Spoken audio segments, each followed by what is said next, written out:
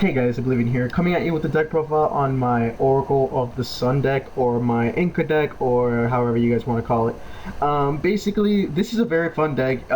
It actually could be used in many different ways. You could use it with, you could use it with skill drain or anything really, and it's a really good deck. I honestly really do like it. It's fun to play. It can be a little bit more competitive if you add in the skill drain, because most of these monsters' effects, except the wind-ups and stuff like that, occur in the grave. Also, the dragons also occur in the grave, so it really won't hurt the deck that much, except for a few cards that you could probably either take out and add in the skill drains and like a couple of other monsters. But yeah, how it is. But anyways, guys, yeah, like I said, this is a very fun deck. I just really like the deck. It's a really fun deck to play with friends, and just if you want a change of pace, you know what I mean. And these cards really don't see that much play, so I mean, I understand why, but it's actually a really good deck.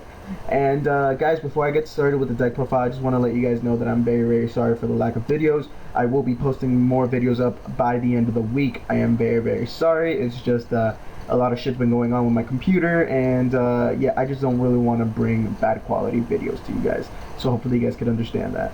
So without further ado, let's get to the deck profile. I'm running 3 Oracle of the Sun. This is basically the special summoner of the deck. This is basically the cyber dragons of the dragons. If your opponent controls a monster and you control no monsters, you can special summon this card from your hand. And then when this card on the field is destroyed and sent to the graveyard, you can add one from and sent to the graveyard, you can add to your hand one fire Axcator or Supe, whichever one. So he's a good level 5. He's good for rank 5s, and he combos with rank 5s, and he also combos. He brings out your synchros for level 8s or level 6s. I'm also running 1 Cyber Dragon. He's a good level 5, again, synchros, quick exceeds, and he's also a good 2100 attacker. I'm also running 2 interplanetary purpley thorny dragon. He's a good level 5, and your monsters tend to get destroyed a lot. So he's also a really good 2200 attacker. So it's never bad. I'm also running 3 Supe. This is one of the main tuners of the deck. You are running 6 tuners in the deck. You're running 8 tuners in the deck if you count Effect Veiler, but your main tuners is Supe, and he basically brings out your Moon Quaila Dragon. His effect really isn't that needed, but I'll just read it to you. When this card is sent from the field to the graveyard by a card effect, you can special summon 1 Oracle of the Sun from your deck. The attack of that monster is doubled, and it returns to its owner's hand during the end phase of that turn. So I guess it's a really good effect if you just whatever, but it's mostly going to get destroyed during your opponent's standby during your opponent's phase, and Oracle of the Sun only goes to 2000, so whatever. And the second main tuner, I'm running 3 Fire Ants Ascator. Basically, when this card is a level 3 tuner, when this card is destroyed by battle and sent to the graveyard, you can select and special summon 1 level 5 or higher monster. 1 level 5 monster from your graveyard. Its effect is negated, and it is sent to the graveyard during the end phase. So it's not that bad.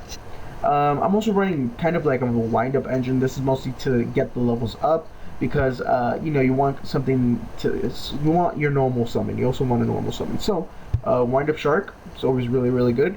Combo's great with 3. I'm only running 2 wind-up sharks, by the way. I'm also running 3 soldiers. Soldier is a really good card in the deck just because he gets boosted up a level, and if you guys want, he gets boosted up a level and he gains 400 attack. But make sure you can only use this effect once while he is face up on the field. So you can only use it once. So if you're gonna go for either a really big attack, like for a Thunder King or something like that, you could use it, or a synchro play, or a rank exceed play. And I'm also running 2 Effect Veilers. You guys could change this for Max C. I might actually change this into Max C. I've really been digging Max C, really. And yeah, this deck kind of needs a little bit of draw power, even though I do get into my cards pretty quickly.